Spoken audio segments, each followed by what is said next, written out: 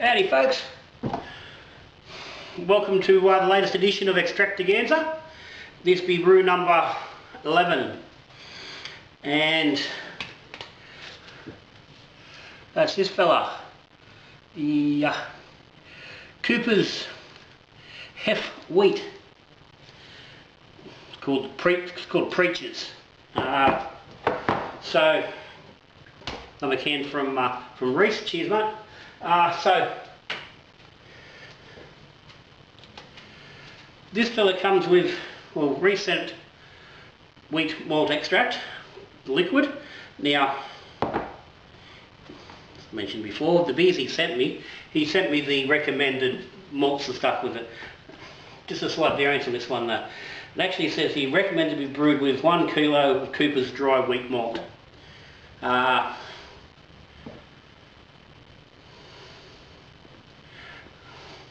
I've never actually seen Cooper's dry wheat malt. I don't even recall ever seeing it on their website. But anyway, he sent the wheat tin. He probably just seen the wheat on the tin and went, that's it. And that's what we got. So I'm going to be brewing the batch with those, and the yeast I'm going to be using is the Munich Classic from Brew. Now this also came from Reese as well, I believe. I think it was Reese that sent the. This is the bunch of yeast that he sent. So I'm going to use this on the base style. Now the can says this is a Belgian style. Belgian style. So I imagine that would have to have a specific yeast to get the Belgian style. But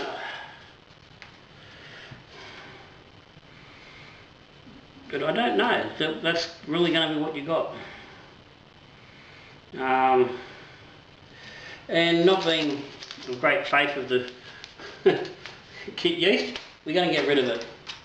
We're going to go with the German wheat instead. Okay, so that's all good. So it's going to be pretty straightforward. Mix that up. I'm going to mix it up shortly. But while I'm getting that organised and done, I need to get ready for our other half. So I had to think about this a little bit, but what I was actually going to do with it. And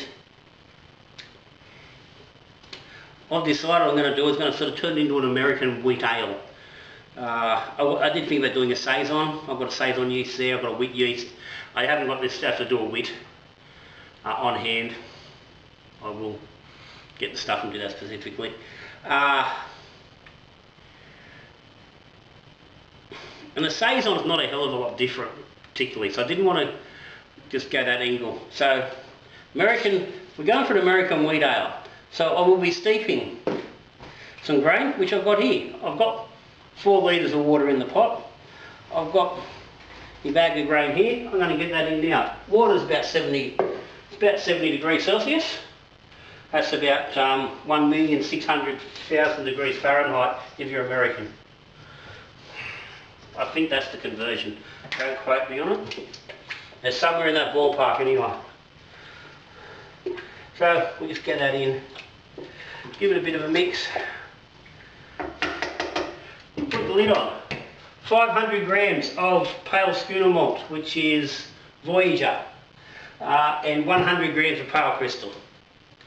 They've been milled, and that's going to sit there. I'm going to mash that. I'm going to let that sit for 20 minutes. And then I'll pop that out. I'm going to boil it for 5 minutes. Not with the yeast, with some Amarillo hops. Got me some Amarillo here. I think there's about 38 grams in that little pack that's left there. I'm going to boil that for 5 minutes. And that's going to go into our mix.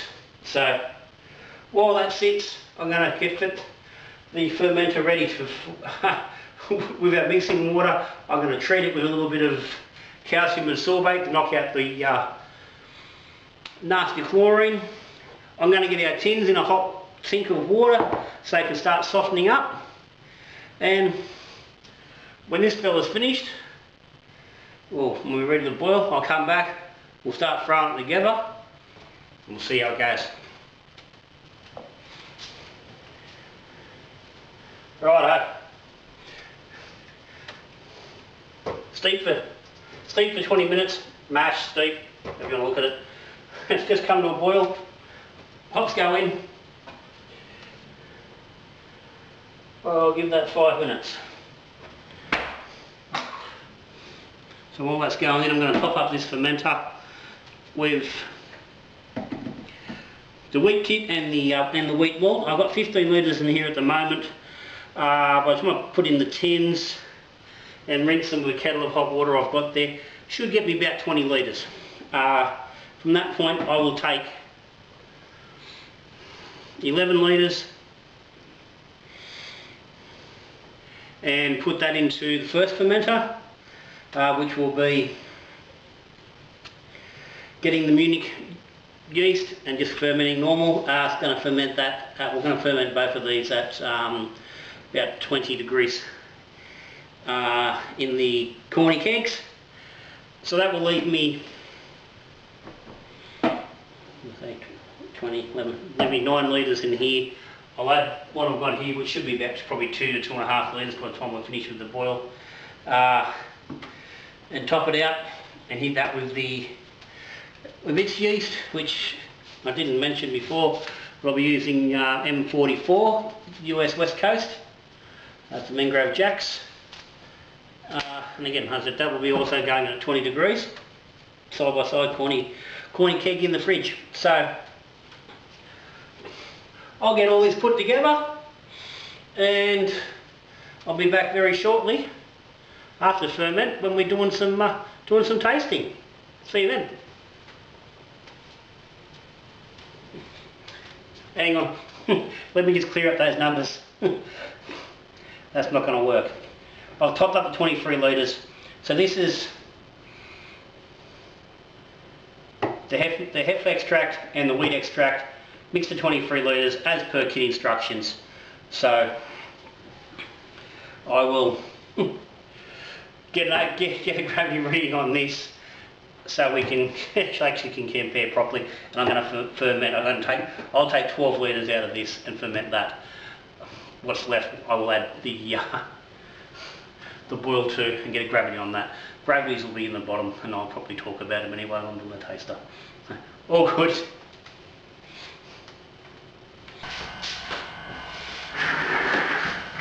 Righto folks, tasting time. I've had a little bit of these, but what I found as they've warmed up, the experience changed a little bit. So I'm going to just quickly do a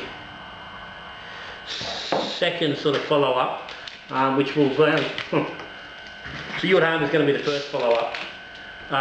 We've become a little bit convoluted and confused. So the base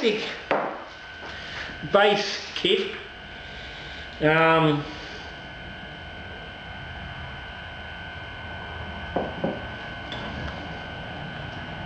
once it's warmed a little bit and it's not so cold, it's starting to exhibit some just nice, subtle heft type flavours. The yeast is imparting a little bit of its phenolic flavours. There's a little bit of bubble gum, a little bit of clove. The temperature's been kept low enough for the fermentation. Final gravity was 1012. Original gravity was 1044. So it was 1044. Let me just confirm. I've forgotten what it was. 1040. 1012 finishing. Same on both. So it's developed some nice hef type characters.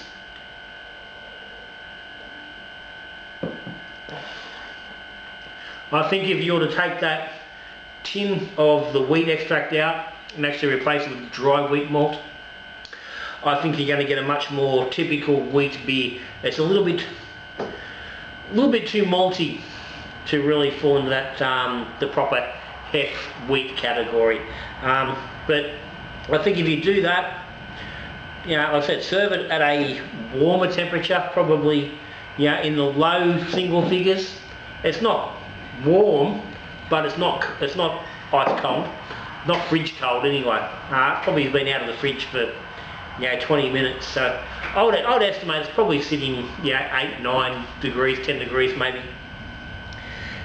It's definitely much more sort of to the style. Still not fantastic, but it's reasonably drinkable. Now this fella, the dressed up version, which I try to take towards a American wheat ale, hasn't quite got there.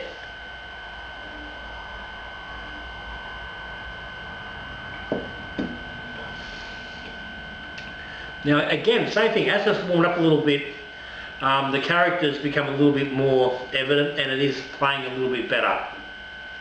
I think it could have done with a little more malt, or by the same token, I think having a pure dry malt base would have worked a little better. Now just quickly touching on exactly why. The tin of wheat extract, the liquid, is 50% wheat, 50% barley. So you're getting a good whack of malt extra in your beer that you wouldn't normally get in a standard wheat or a Hefe. It's much heavier. So using the dry malt, you're getting all wheat. So you're getting a more closer to the traditional sort of finish by doing it that way. So I certainly would recommend just using dry malt with the tin base. That being said, I think with this side, going with that grain addition, I'd probably double what I've done on this beer overall to get a little bit more malt depth whilst using that little bit extra wheat, and I think you're going to get a decent sort of result.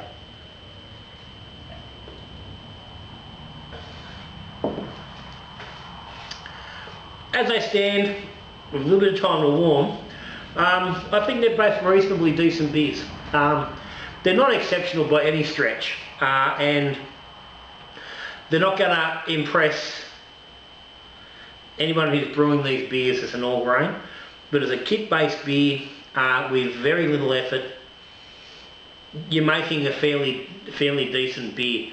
And as they stand right now, when they've warmed up, these are a much better beer than they were when they were a bit cooler.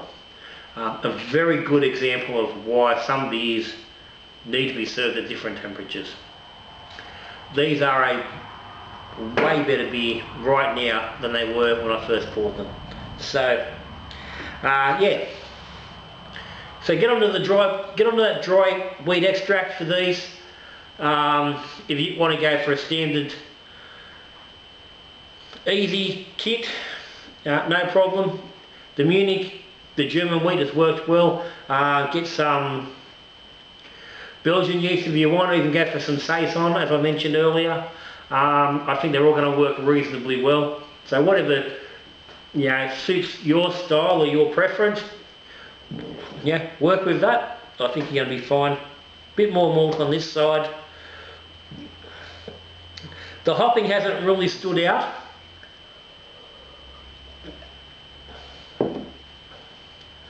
But it's playing its part, and I think with that extra malt there, I think it would just back it up really nicely.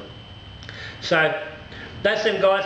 I said overall 3.5 to 4 out of 5 for both, depending on how you want to go. I think both styles are working, and if you played this out a little bit of tweaks that I've just talked about, I think you're going to get yourself some reasonably drinkable beer. So Coopers have, in this case, knocked out a kit that's worked reasonably well. Could be worth looking at a wheat beer with a different producer. Maybe you're going to produce a better result. But this is where we are at the moment. So comments and questions down the bottom if you've got them, if you want to make them, how you go. Do you do these beers? What do you do to make them better? But I'm done. So thank you to the subscribers, the Patreons. There's links down the bottom. Hit the buttons, all the rest of it. Give me a thumbs up if you like what's going on. But other than that, I will see you on the next Extractaganza, which will be the Morgan's Australian Bitter. So we're probably looking at something a bit more traditional, VB sort of style, something like that maybe, I don't know, we'll have to wait and see.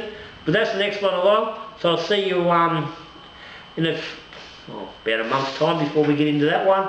But that's where we're at for there. For now, I'm done. So till then,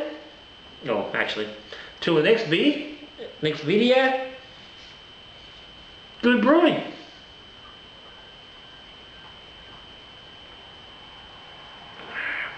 Cheers guys.